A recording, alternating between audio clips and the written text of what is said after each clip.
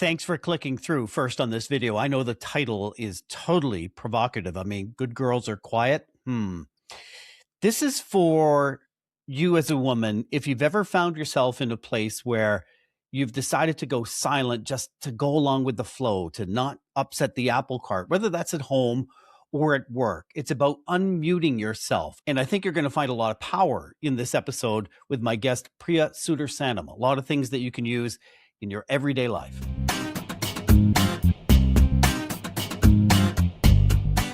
My guest this week is Priya Sudarsanam, joining today from Gallup, way up in the northern part of New Mexico. Hey, Priya. Hey, Doug. Nice to talk to you today. You too. And I'm in Canada, so I get snow. It's a regular thing. You're deep, kind of deep south U.S., but you get the snow where you're at, right? Oh, yeah. We're high altitude. I did not know that when I decided to move out to New Mexico. 6,500 feet. Got 4 seasons. My first year here, 2 feet of snow, minus 23-degree weather. Yeah. Acclimated now. Priya, you are a speech language pathologist and communication specialist with more than 20 years of experience helping people better understand how they express themselves in their relationships, their work, their sense of, who they are. And now you've undertaken and you've taken what you've learned and channeled it into a brand new podcast called Unmute with Priya, Finding Your Voice at Midlife. So that finding your voice thing, when you hear that, what does it mean to you to be unmuted? So it's not just related to speech. It's not just related to communication and speaking up. So as we enter midlife, there's this shift that's happening. And it's not just all of a sudden I started thumping my chest saying, woman, hear me roar. I was starting to recognize all those places in my life that I was kept silent, whether it was actual verbal expression, whether it was wanting to do something creative that I never did, all the things that kept me stifled. And so unmuting is really about finding those things, your voice, your place in this life that is away from stereotypes, conditioning, any of those things. So I literally see it as pressing that unmute button on yourself and seeing what does that mean to you. And is it mostly women, do you find? I mean, the title of the episode is Good Girls Are Quiet, deliberately provocative, by the way. Is it mainly women? And why do you think it goes that way mostly? So I have found in my experience and just in doing the coaching in the past few years that it has been women. I do have a couple of men who are resonating with the message as well.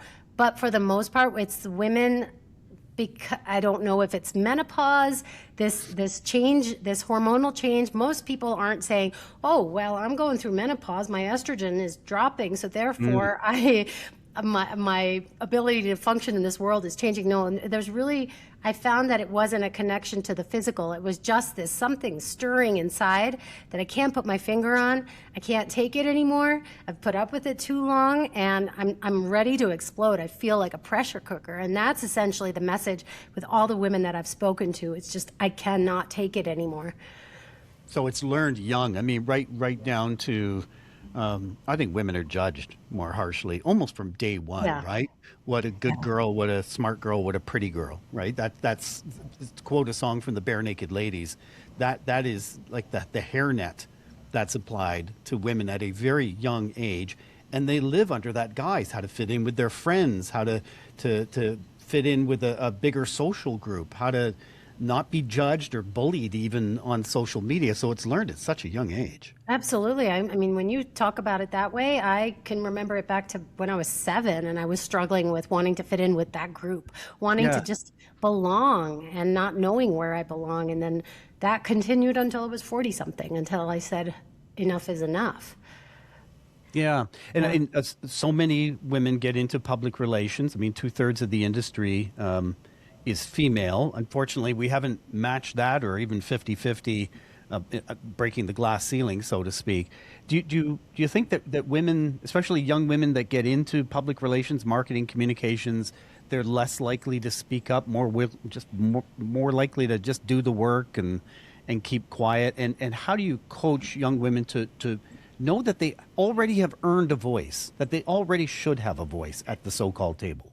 Yeah, those are great questions. I have found that women typically, even if they're going into these really empowering roles, they're in these higher positions, that they are muting themselves. They don't have the confidence, or they feel like they're going to get in trouble. There's this learned behavior. Now, that's a whole conversation with just thinking about women, epigenetics, and what's been carried on generation to generation to generation. Like, are we carrying the burden of other generations of just shut up, be quiet, do your thing, and do it well?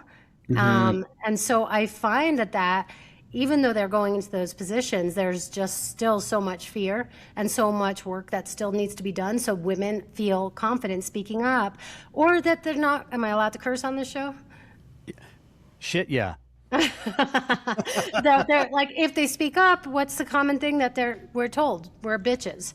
Or, like there's a term for us, but somebody else speaks up. If our male counterparts speak up, they're not called that. They're called assertive and confident. So a lot to break there. And as far as the young women that I'm coaching, there's this group of women that I know that even are in their teens. They're 18, 19, and I'm seeing that pattern replaying, that they're assertive, they're this new generation, but there's still that fear about speaking up. There's that fear of being judged. There's that fear of not being liked. And they're on this trajectory. Even this conversation that I had the other day, she's 18. If I don't do this, I'm not going to meet that man. I'm not going to get married. I'm not going to have children. So then all of a sudden, this pathway that we think is supposed to be our pathway is already laid out for her, and she's fighting that one while she's trying to navigate being in this world. So there's a lot that needs to be done, and just women having, unmuting themselves and like literally figuring out, what is it that I want? Do I even want this? Or is this something that my family wants?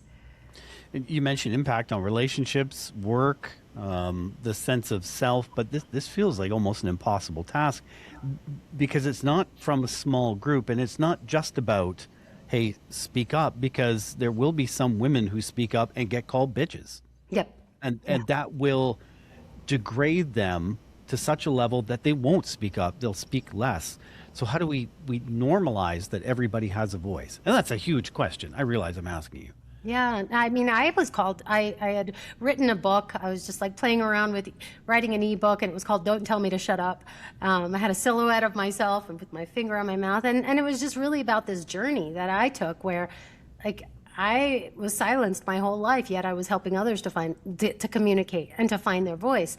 And there was a guy, it was a group coaching, and there was a guy in the group, and he goes, "Oh, this isn't that women's empowerment bullshit, is it?" And that actually fueled me even more that I was on the right track. If I was to get that reaction from him, and I don't want to go against the grain and make everything a fight. I think women have to fight as it is enough, But the fact that I got that reaction meant that, yeah, there's more women out there that really need to start saying, you know what, this is what I believe. And have their groups of women who believe the same, and just really start to create a ripple effect, so that we're taking away that stereotype that speaking up means being a bitch. Because speaking up means speaking up. Exactly. I mentioned off the top, I was traveling in London last week. I was there with my business partner and producer of the show, Emily, who's also 25. And there was a really neat moment. Our good friend Farzana Bajwal had invited us downtown for a special dinner at like this high-rise legal office. We're overlooking the Thames, and the London Eye is through the window. And we went around the table, and we were supposed to talk about what we think of when we think of reputation management. Emily's only 25. She was by far the youngest at the table.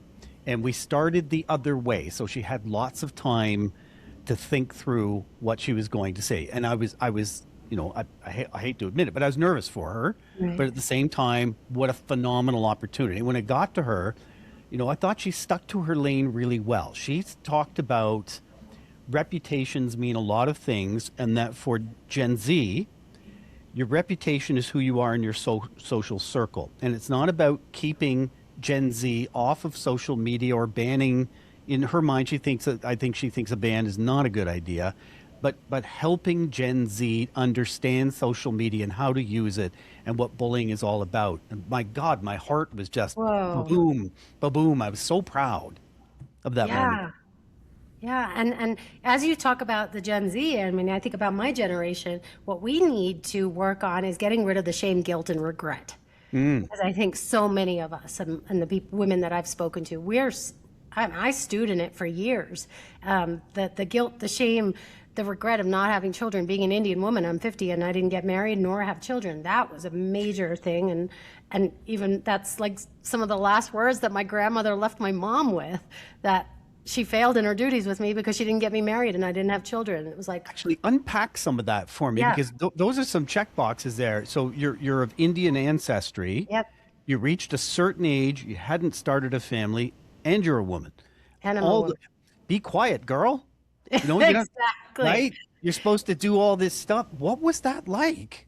Oh, it was brutal. It was brutal because it wasn't as if I didn't want children. I knew, I was saying I had the twin genes since I was 5. I was going to have the twins. And so it's just wherever life took me, That's right. not having a voice probably led me into my first toxic relationship that sent me into a 30-year trajectory of dysfunctional ones where I was not gonna, I didn't just wanna, and people were like, oh, go to, what is the place where you, I'm blanking on words right now, where you get inseminated. What is that called? Okay, sure. Yeah. Yeah, I'm like totally blanking on it. And they're Yeah, like, just yeah. go there and have a child. I'm like, no, it wasn't about that. It was about meeting somebody, having a family, That's right. and that wasn't happening. And it was such grief, unacknowledged and never validated, because it was like, what do you have to grieve for? You didn't have, like, nobody died. So it was many years of doing this silently. As I started to come out of it, and then I noticed I started to come out of it once Mother's Day came around, and I wasn't triggered when I heard Happy Mother's Day.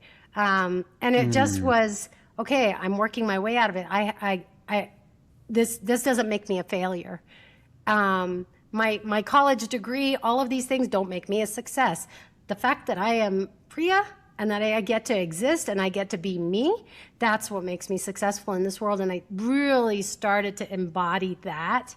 And that's when things started to lift. But, last weekend, there were a whole bunch of graduations for my friends' kids, and my friends are all my age, and they were all, and that definitely was like, oh, wow, this could have been me. I could have been seeing my kid graduate. Yeah. And it was definitely struck a nerve, but I was able to work through it. But it was brutal. It was brutal. And luckily, I've met a couple of other Indian women who have felt the same and said, wow, you put a voice to it. The fact that you talked about grief, unspoken grief. It's like, so that's part of the unmuting too, is putting a voice to the things that people don't talk about. And there's rarely anything about that.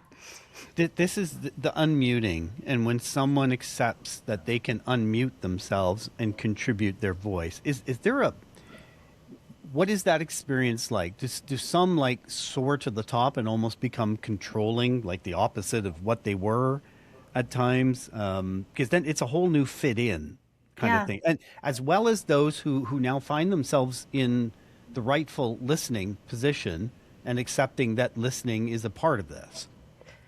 So I would say initially, because when you unmute, you're also having to figure out when was the first time that you were muted. Right. And so then there's so many things, Doug, that are happening at once. There is rage because you're like, oh, you told me to shut up at 7, and that's the reason I've kept quiet my whole life. Like, and the subconscious and understanding all of these beliefs.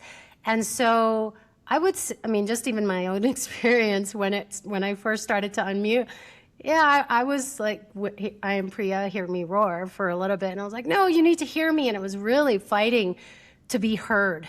But I was also among people that were never going to hear me. So it meant letting go of the people that were and that was another trauma. That was super, painful, because people were leaving my life left and right until I was able to come into a place of acceptance that, oh, this is actually a gift. They left, and look at all these amazing new people that are coming to my life. Look at the different opportunities. I would never have started podcasting without that either. So I think it's a process. There's not a straight up arrow. It's like, I feel like it's intertwined with grief, of what you could have had, what you didn't have, what you had, and you decided to let go of. And so multiple things are happening at once. But at the end of it, I wake up and I wake up with a smile on my face every single day. And I go to bed with a smile. And I'm thinking about this when I worked in corporate offices, and there were times I wish I'd spoken up, but there were times, to be honest, I'm glad I stayed quiet.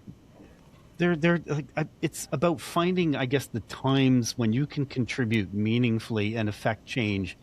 And sometimes in corporate settings, there aren't a lot of those opportunities because the decisions have already been made. And quite frankly, sometimes, like I call it my give an F meter. Sometimes as I get older, my give an F meter, it ain't moving a whole lot of the time. Certain thing. This is one issue actually where it does, because I actually care about this one.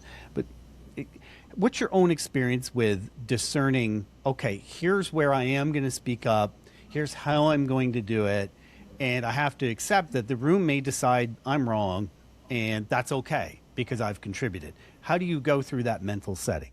Yeah, it's been it's a nice process actually, because some of the times I am so quiet. I'm just not speaking up. It's like the unmuting is also learning how to be quiet. And I feel like that's when you come into a place of surrender, because you're going into midlife. You're going into, 40, 50 on, you realize like where your time is. And so you don't want to waste time on things that like that conversation that you had with a boss or something that would take 2 weeks of your life away because you were so upset with the way that you were spoken to. You don't want to waste time with that anymore. So you actually go into rooms saying, and I know for myself, I'm got this voice going on in my head, is this worth my time right now?